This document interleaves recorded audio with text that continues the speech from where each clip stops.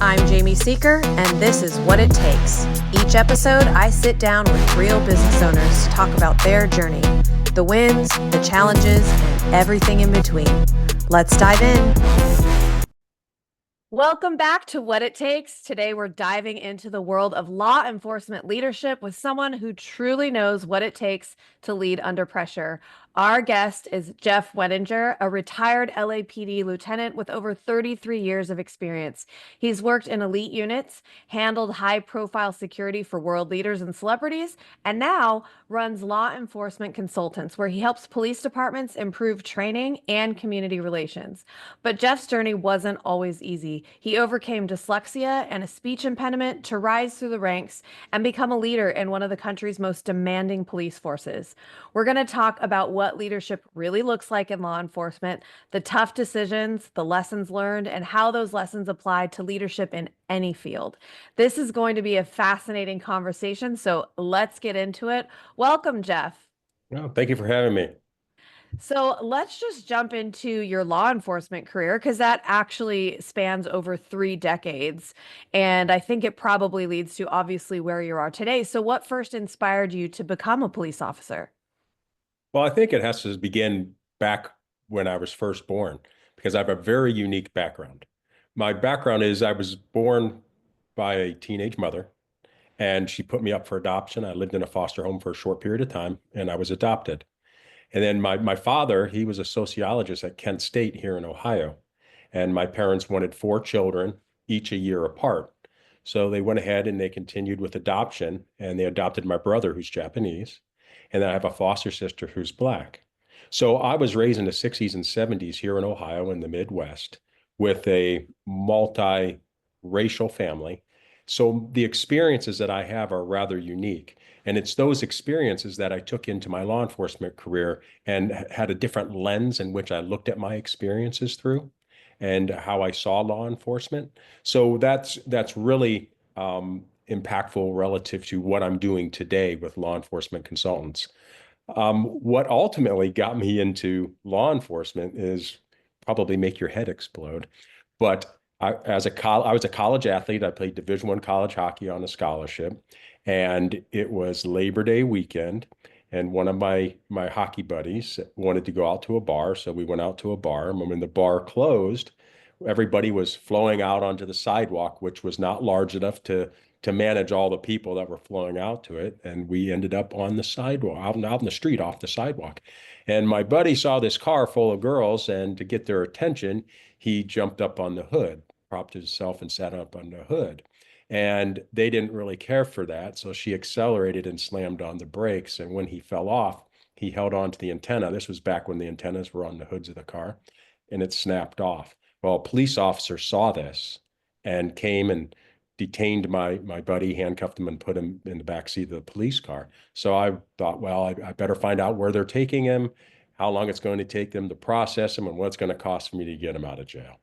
So when I approached the police officer, he was very belligerent, and not too many kind words said, "Get back on the sidewalk or you're going to jail as well." So I did that. And when his backup officers came, he pointed to me, and the backup officers came, and they addressed me very inappropriately, and then proceeded to beat me, and they took me to jail. And to make the ridiculousness of all of this was that when I got to jail, I asked about the whereabouts of my buddy, and he was released. And I was booked for disorderly conduct, resisting arrest, and interfering in official business. And so it was that experience that caused me to want to start taking some criminal justice classes. I thought about being an attorney.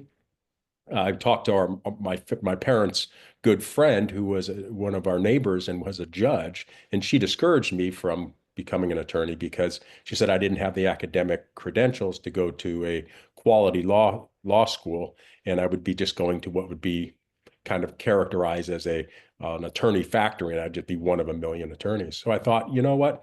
Perhaps I can impact law enforcement by being within the ranks. Because ultimately, I decided I wanted to be a professor of criminal justice. And my father encouraged me to go get 5 years of practical experience before I started my PhD program. And that's when I chose LAPD. So I never intended on doing 33 years in law enforcement. I was going to do 5 years, go back, get my PhD, and be a professor of criminal justice. So it's interesting how things work out. Wow, that is a story.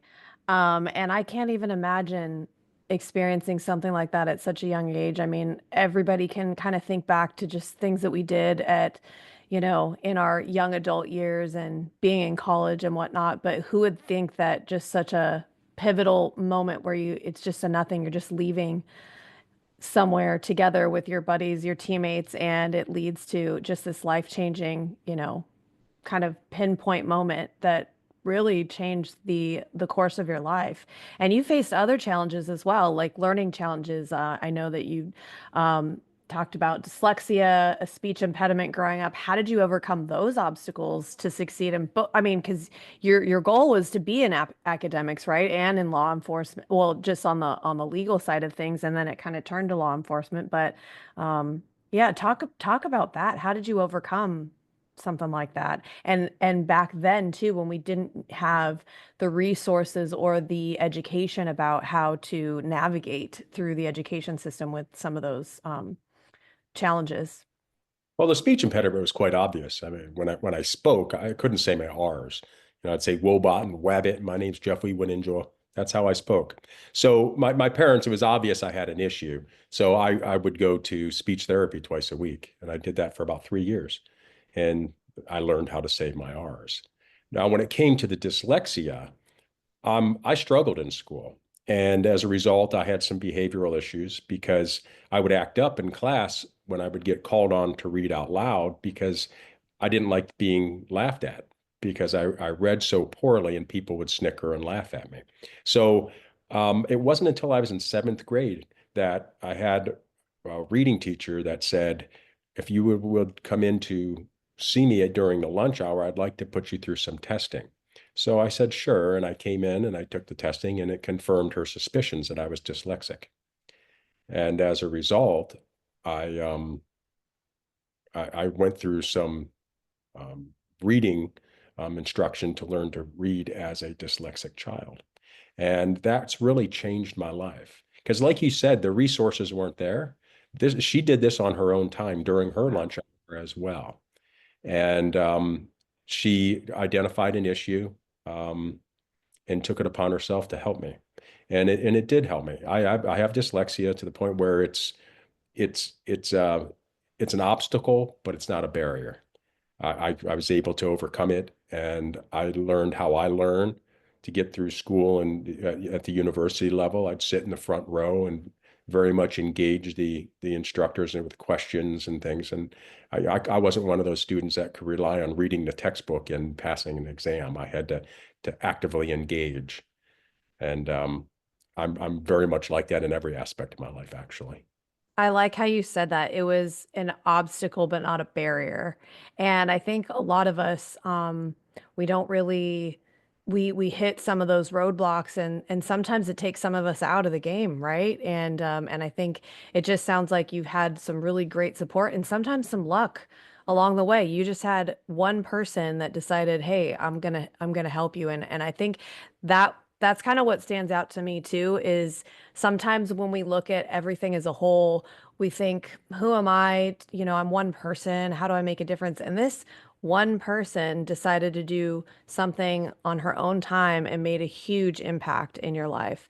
Back when we didn't have a lot of, she figured that out on her own. And so that, I think that's really cool.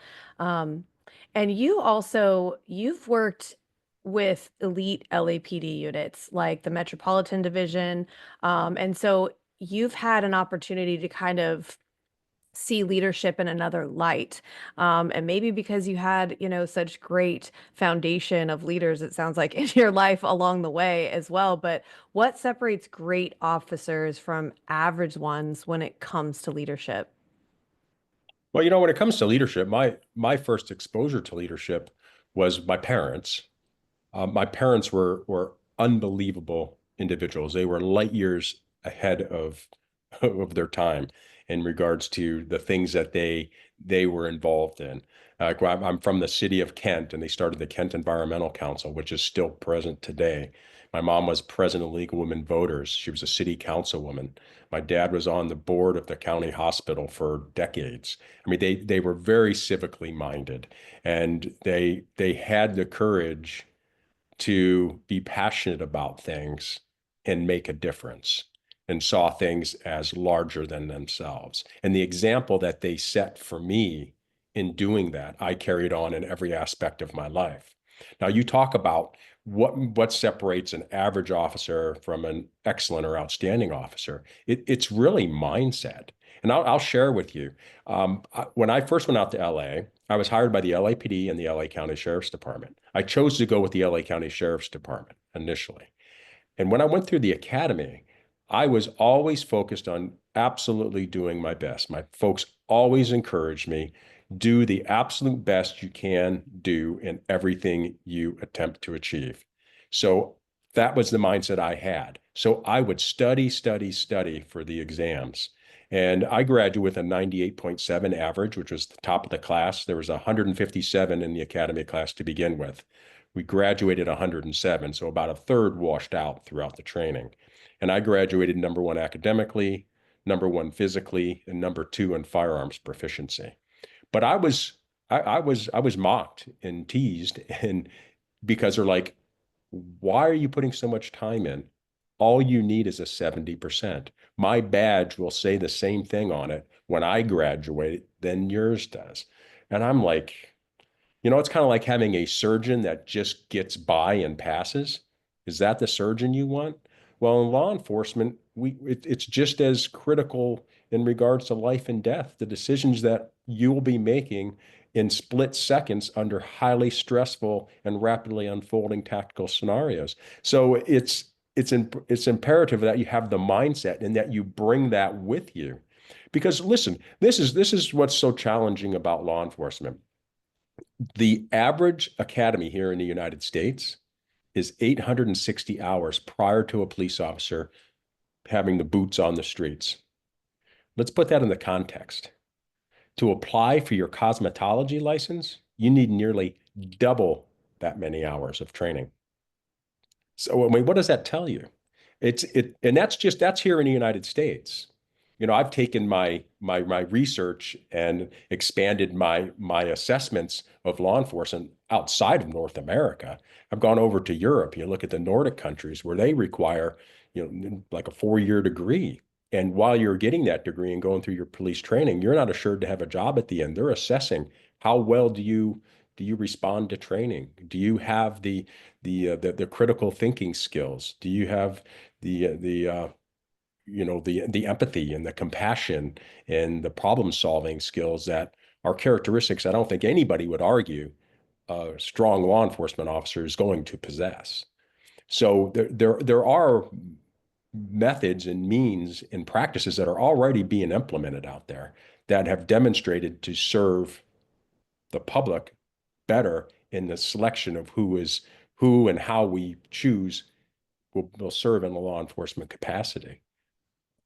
So then if it sounds like the training is not, I mean, I know that it's rigorous training when it comes to what you're actually doing, but in terms of requirements, hours, all that kind of stuff, how do you get from, okay, I'm newly off the police academy and you're doing your job, but then you have elite units, right? You've got gang enforcement. You've also worked as a dignitary protection for US presidents. You're in LA, so there's celebrities there.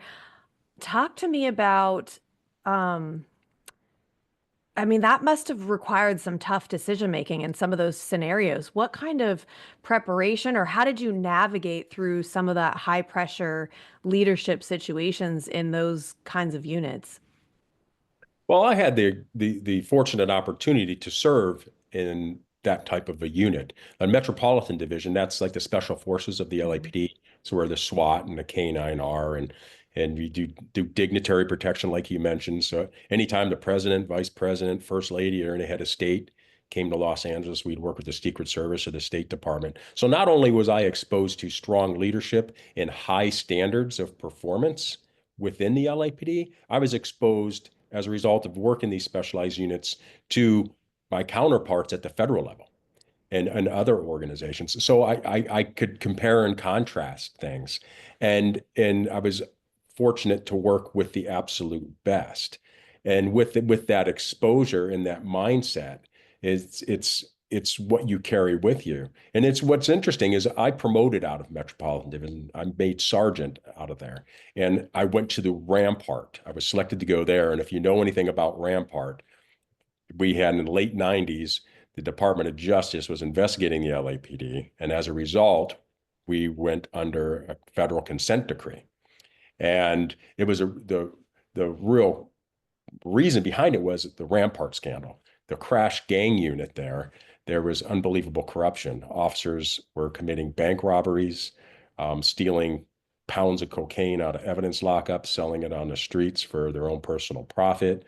They were getting involved in unjustified shootings on duty and planting evidence and things of that nature. The most egregious corruption in law enforcement that you'll ever see. So I was promoted and selected to go there. And then after being there for a while, I was then selected in a competitive process to be the officer in charge of the newly formed gang unit. It was the gang enforcement detail because they went ahead and disbanded all crash units citywide because of the corruption scandal. So that was my largest leadership challenge because when I left Metropolitan Division, I got used to being around working Metropolitan Division, those who had the same mindset that I did, the desire to achieve excellence, not just to be competent or to be mediocre or just do the minimum amount to get by, but to excel at your fullest potential.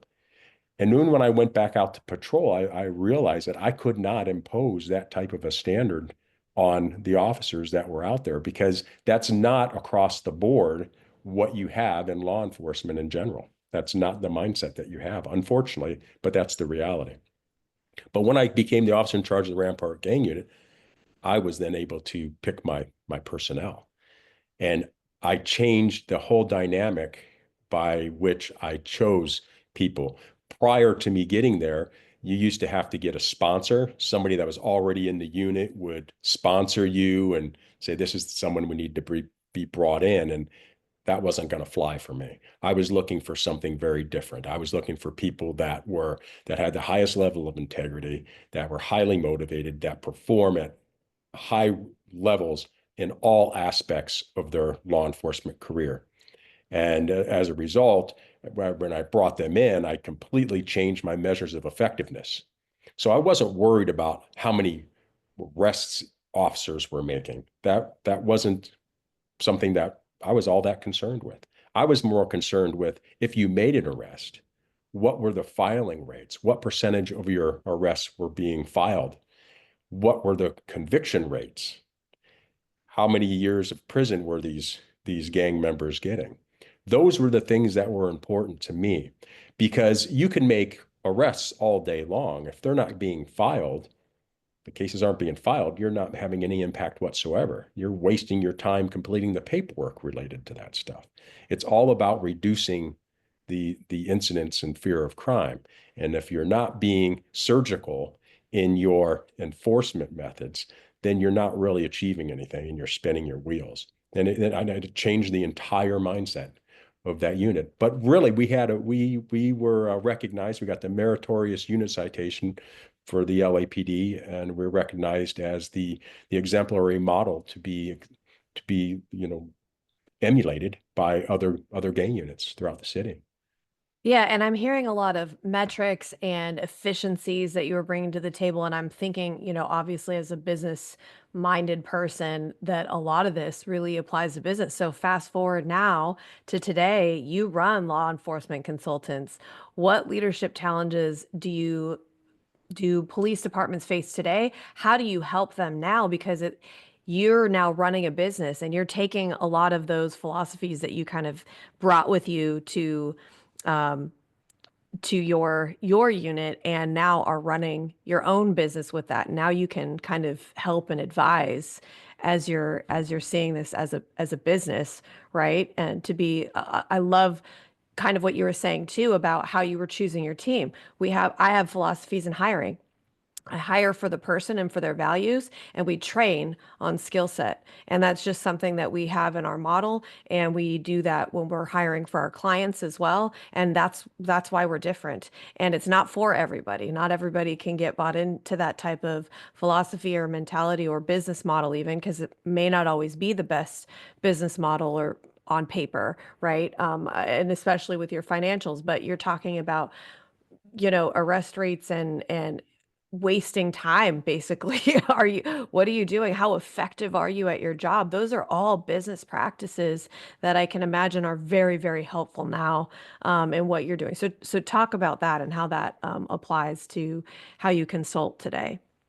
Well, my experiences with the LAPD gave me a great deal of insight into the management best practices for law enforcement, because ultimately, the consent decree, which the LAPD was under for 10 years, is a blueprint of the management best practices, which should be implemented in every law enforcement agency nationwide to achieve the optimal outcomes. It's really about reducing liability. And it's not just liability for the city, but it's liability for your officers, reducing the stress of officers. More officers kill themselves by suicide every year than are killed in the line of duty. And we need to make sure that we're better taking care of them. And that involves training them properly, ensuring that they have the tools and the means and the ability to be successful in the challenging incidents that they're going to be required to manage and make critical decisions in. And it's about enhancing operational efficiency. That's what it's all about with my company, and ultimately maximizing outcomes. And one of the examples I'll give you real quickly is that 36% of officer-involved shootings involve an individual who's suffering from a mental health crisis. And the reality of this is there's over 18,000 law enforcement agencies in the United States. Only 15 to 18% of those agencies provide their officers with training relative to mental health crises. So how are we going to expect our officers to be successful in those outcomes and minimize the necessity necessarily to use force and the optics of using force? If we're more in tune with the science and the data and the research and empirical evidence, and we train with that information and knowledge, we'll have more optimal outcomes. We'll have less bad optics that cause citizens to have negative perceptions of law enforcement. The reality in law enforcement is only about 20% of people 16 or older throughout their entire life will have a personal interaction with law enforcement. The remaining 80% of people are forming their opinions based on the optics of what they see in the news. And law enforcement needs to control that. They need to control that narrative. They need to find better ways. And that's what my company is all about. And then the challenge, like you said, is that people see me as the bad guy because people think reform, we're broken, there's nothing wrong with us, that kind of a thing. And that's not, I don't like to use the word reform. It's about reimagining policing. How can we just do it better? Yeah, that is so good. And I think there are so many things that I want to get into more, and we are just out of time with that. You have such a breadth and wealth of knowledge and experience that is so it's really cool to kind of hear your perspective on that. And I grew up in Southern California, so I was thinking about the time frame too, and oh my gosh, just I know what it was like then. And being in San Diego, I was adjacent to a lot of the things that were going on growing up, but yeah, I mean, I was close enough, and we had a lot of friends and family there, kind of in it. And so when you were talking about some of these things, it really hit home. And I'm so glad to hear your perspective on that because you don't really ever hear that side, and that's something that you're talking about, and I know that you're doing with your company. I have one last signature question that we ask all of our guests, Jeff. What do you believe it takes to be successful in business and in life? It goes back to something I mentioned that I feel my parents instilled in me as a young man, that you have the courage to be passionate and then strive to achieve and do things that demonstrate that life is bigger and greater than you alone. And that's really what it's all about. And when you have that driving force, you can achieve anything. What an insightful conversation. Your journey from overcoming personal challenges to leading in one of the toughest law enforcement environments. It's a powerful example of resilience and leadership in action. And for those listening, if you want to learn more about Jeff's work, you can check out his company. Jeff, where can they find you or information on law enforcement consultants? Well, you can go to lawenforcementconsultants.com and you can just hit on, who we are and the services we provide and learn more about our company. I also have a forthcoming book. It's called On Thin Ice. And basically what that is, it talks about my unique personal background, my professional experiences, and my practical insights that lead to the suggestions that I give relative to the actionable solutions moving forward in the 21st century for law enforcement to be successful. And you can get on a waiting list if you just go to jeffwenninger.com. You can go to the waiting list, put in your name and your email address, and you'll receive email, and the book will be released this spring. It's called Thank On. you for saying that too. Yeah, on thin ice. I saw that in the background. I meant to ask you about that. Thank you for bringing that up. You can also connect with Jeff on LinkedIn. I'll have the links in the show notes as well. So if you found value in today's episode, please take a moment to rate and review the show. It really helps us reach more listeners just like you. And of course, don't forget to subscribe so you never miss an episode.